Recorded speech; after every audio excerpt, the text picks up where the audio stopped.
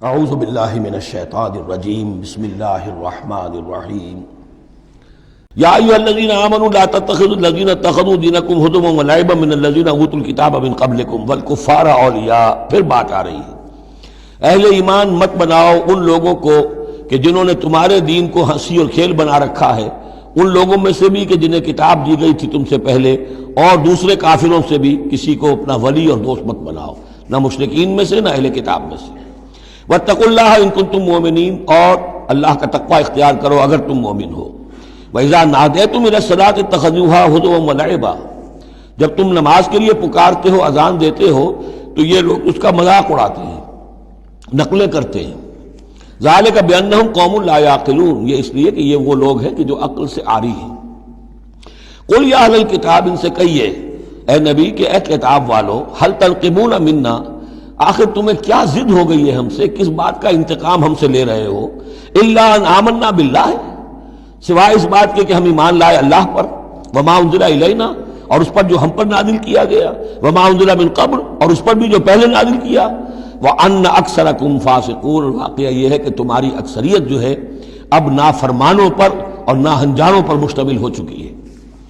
قل هل انبئکم بشر من ذلک، کہیے کہ کیا میں تمہیں بتاؤں یہ جو تم مذاق اڑا رہے ہو اور تماشا کر رہے ہو اور استہزاء کر رہے ہو، اس سے زیادہ بری بات کیا ہے؟ مثوبۃ عند اللہ، سزا ہوگی اللہ کی طرف سے، اور وہ سزا کیسی کیسی ہوگی؟ من لعنہ اللہ، جس کو اللہ لعنت فرما دے، وغضب علیہ، اور اس پر غضبناک ہو جائے، وجعل منہم القردۃ والخنازیر، اور جس میں سے کہ پھر وہ بنا دے بندر اور خنزیر، وعبد الطاغوت، اور جنہوں نے بندگی کی شیطان کی، اولئک شر مکانا واضل عن سواء السبیل، یہ سب کے سب جو ہیں بہت دور کے درجے میں ہیں، بہت برے مقام میں ہیں، اور بہت دور چلے گئے ہیں، بہت ہی زیادہ بھٹکے ہوئے ہیں سواء السبیل سے۔ وَإِذَا جَاءَكُمْ قَالُوا آمَنَّا، اور جب وہ تمہارے پاس آتے کہتے ہم ایمان لے آئے، وَقَدْ دَخَلُوا بِالْكُفْرِ وَهُمْ قَدْ خَرَجُوا بِهِ، حالانکہ وہ داخل بھی ہوئے تھے کفر کے ساتھ اور نکلے بھی ہیں کفر کے ساتھ۔ میرے نزدیک یہ اشارہ ہو رہا ہے انہی لوگوں کی طرف جن کا ذکر سورہ آل عمران میں ہے، جنہوں نے فیصلہ کیا تھا کہ صبح کو ایمان لاؤ، شام کو کافر ہو جاؤ، تو وہ داخل بھی ہوئے ہیں تو کفر کے ساتھ، نکلے بھی ہیں تو کفر کے ساتھ۔ وہ داخل ایک لمحے کے لیے بھی انہیں ایمان کی کوئی حلاوت نصیب ہوئی ہی نہیں، شعوری طور پر یہ فیصلہ کر کے کہ رہنا تو ہمیں اپنے ہی دین پر ہے، لیکن دھوکے کی خاطر اور اسلام کی اور اس دین کی جو ساکھ بن گئی ہے، اس ساکھ کو نقصان پہنچانے کی خاطر ہم یہ سازش کر رہے ہیں۔ وَإِذَا جَاءُوكُمْ قَالُوا آمَنَّا وَقَدْ دَخَلُوا بِالْكُفْرِ وَهُمْ قَدْ خَرَجُوا بِهِ وَاللَّهُ أَعْلَمُ بِمَا كَانُوا يَكْتُمُونَ، اور اللہ خوب جانتا ہے، خوب زیادہ واقف ہے جو وہ چھپائے ہوئے تھے۔ وَتَرَىٰ كَثِيرًا مِّنْهُمْ يُسَارِعُونَ فِي الْإِثْمِ، اور تم دیکھو گے ان میں سے بہت سو کو کہ بہت بھاگ دوڑ کرتے ہیں گناہ کے کاموں میں، والعدوان، اور ظلم کے کاموں میں، وَأَكْلِهِمُ السُّحْتَ، اور حرام کے کھانے پر، لَبِئْسَ مَا كَانُوا يَعْمَلُونَ، بہت ہی برا ہے وہ عمل جو یہ کر رہے ہیں۔ لولا ينهاهم الربانيون والاحبار عن قولهم الاسم واكلهم السحت، کیوں نہیں منع کیا اور کیوں نہیں منع کرتے ان کے درویش، ان کے صوفی، ان کے پیر و مرشد اور ان کے علماء ان کو گناہ کی بات کہنے سے اور حرام خوری سے۔ ہمارے پیر بھی حرام خوری سے روکیں گے نہیں، انہیں تو اس میں سے نذرانے مل جانے چاہیے، اللہ اللہ خیر صلی اللہ، کہاں سے کمایا، کیا کھایا، کہاں سے، اس سے کوئی بحث نہیں۔ لولا ینہاہم الربانیون، حالانکہ کام تو یہ تھا کہ اللہ والے جو ہیں وہ انہیں روکیں، منع کریں، نہیں المنکر، امر بالمعروف جو ان کا فریضہ تھا۔ لبئس ما کانوا یصنعون، بہت برا ہے وہ کام جو وہ کر رہے ہیں۔ وقالت الیہود ید اللہ مغلولہ، اور یہود نے کہا کہ اللہ کا ہاتھ بند ہو گیا۔ مطلب یہ کہ ایک تو اس کا مفہوم یہ ہے کہ اللہ کی رحمت جو تھی ہمارے لیے وہ ختم ہو گئی، اس لیے کہ یہ رحمت جو تھی نبوت کی ہمارے لیے تھی، مختص تھی، اور یہ اب یہ ہاتھ جو ہے یہ دست رحمت اللہ کا ہماری طرف سے بند ہو گیا۔ یا یہ ہے کہ جیسے مذاق اڑایا کرتے تھے کہ اللہ جو ہے جب قرض حسنہ مانگتا ہے اس کا مطلب ہے اللہ فقیر ہے ونحن اغنیاء۔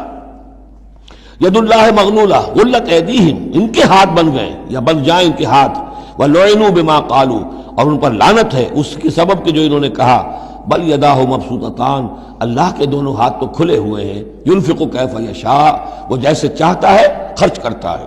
وَلَيَزِيدَنَّ كَثِيرًا مِّنْهُم مَّا أُنزِلَ إِلَيْكَ مِن رَّبِّكَ طُغْيَانًا وَكُفْرًا، اور یقیناً اضافہ کرے گا ان میں سے بہت سوں کے لیے جو کچھ کہ اے نبی نازل کیا گیا آپ کی جانب آپ کے رب کی طرف سے، ان کی سرکشی میں اور کفر میں، یعنی ان کی ضد بڑھتی جا رہی ہے۔ اللہ کی طرف سے جو احسان بھی آپ پر ہو رہا ہے، آپ کے ساتھیوں پر ہو رہا ہے، اللہ جو فتحیں دے رہا ہے، جو دین کو رفتہ رفتہ غلبہ حاصل ہو رہا ہے، اس کے نتیجے میں صلح حدیبیہ کے بعد تو بڑی تیزی کے ساتھ بھی سمجھیے کہ عرب کے اندر صورتحال بدلنی شروع ہو گئی۔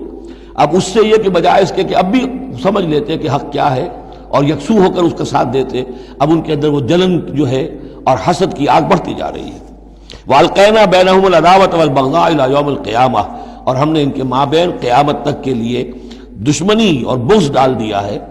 کلما اوقدوا نارا للحرب، جب بھی کبھی یہ آگ روشن کرتے ہیں جنگ کے لیے، سازشیں یہ کرتے تھے۔ یہ ساری جنگیں جو ہیں، خاص طور پہ غزوہ احزاب جو ہے، وہ تو سب یہ یہودیوں کی سازش کے نتیجے میں ہوئی ہے۔ لہذا یہ سب کو ادھر ادھر جا کر سفارتیں بھیج کر لوگوں کو جمع کرتے تھے، تم آؤ باہر سے حملہ کرو، ہم اندر سے جو ہے تمہاری مدد کریں گے۔ تو یہ گویا کہ آگ بھڑکاتے رہتے ہیں جنگ کی۔ کلما اوقدوا نارا للحرب، جب کبھی بھی وہ کوئی آگ روشن کرتے ہیں آگ کی جنگ کی، اطفا اللہ تعالیٰ اس کو بجھا دیتا ہے۔ وَيَسْعَوْنَ فِي الْأَرْضِ فَسَادًا، اور پھر بھی یہ زمین میں فساد بچانے کے لیے بھاگ دوڑ کرتے رہتے ہیں۔ وَاللَّهُ لَا يُحِبُّ الْمُفْسِدِينَ، اور اللہ ایسے مفسدوں کو پسند نہیں کرتا۔ وَلَوْ أَنَّ أَهْلَ الْكِتَابِ آمَنُوا، اگر اہل کتاب ایمان لے آتے، وَاتَّقَوْا، اور تقوی کی روش اختیار کرتے، لَكَفَّرْنَا عَنْهُمْ سَيِّئَاتِهِمْ، ہم ان سے ان کی برائیوں کو دور کر دیتے۔ وَلَأَدْخَلْنَاهُمْ جنات النعیم، اور ہم لازماً انہیں داخل کرتے نعمتوں والے باغوں میں۔ وَلَوْ أَنَّهُمْ، اب یہ آیت ذرا نوٹ کیجئے اس لیے کہ یہاں پر اپنے آپ کو بھی رکھ کر سوچئے گا۔ وَلَوْ أَنَّهُمْ أَقَامُوا التَّوْرَاةَ وَالْإِنْجِيلَ وَمَا أُنزِلَ إِلَيْهِمْ مِنْ رَبِّهِمْ لَأَكَلُوا مِنْ فَوْقِهِمْ وَمِنْ تَحْتِ أَرْجُلِهِمْ، اگر انہوں نے قائم کیا ہوتا تورات کو اور انجیل کو اور جو کچھ کہ نازل کیا گیا ان کی طرف، ان کے رب کی طرف سے، یہ کھاتے اپنے اوپر سے بھی اور اپنے قدموں کے نیچے سے بھی۔ یعنی ہم نے تورات دی تھی تو اس لیے دی تھی کہ ایک تو رکوع آ چکا، 7واں رکوع، کہ وہ فیصلے سارے کیے جائیں تورات کے مطابق۔ اس سے اگلی بات کیا ہے؟ تورات کے نظام کو قائم کرو۔ ایک تو جھگڑا ہے، مقدمہ ہے، فیصلہ کرنا ہے، وہ بھی کرنا ہے شریعت کے مطابق۔